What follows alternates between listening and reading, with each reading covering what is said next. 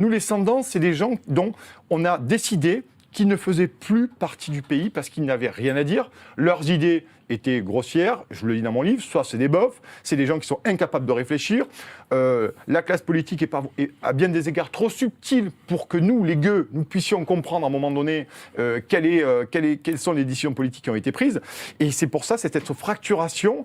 Et ce que je dis dans mon livre, c'est qu'à un moment donné, je pense que nous les sans-dents, un jour ou l'autre, ils ne demanderont plus la permission.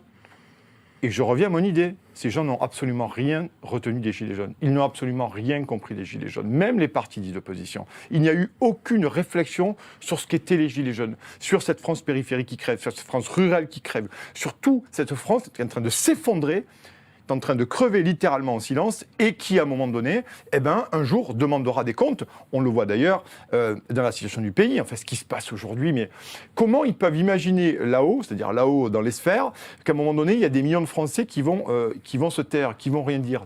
Regardez, déserts médicaux par exemple. Les déserts médicaux aujourd'hui, bon, c'est là, ça revient au taxi avec les fameuses conventions assises.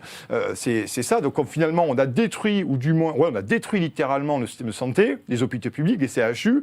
Et puis, il y a de moins en moins de toubibs dans les territoires ruraux.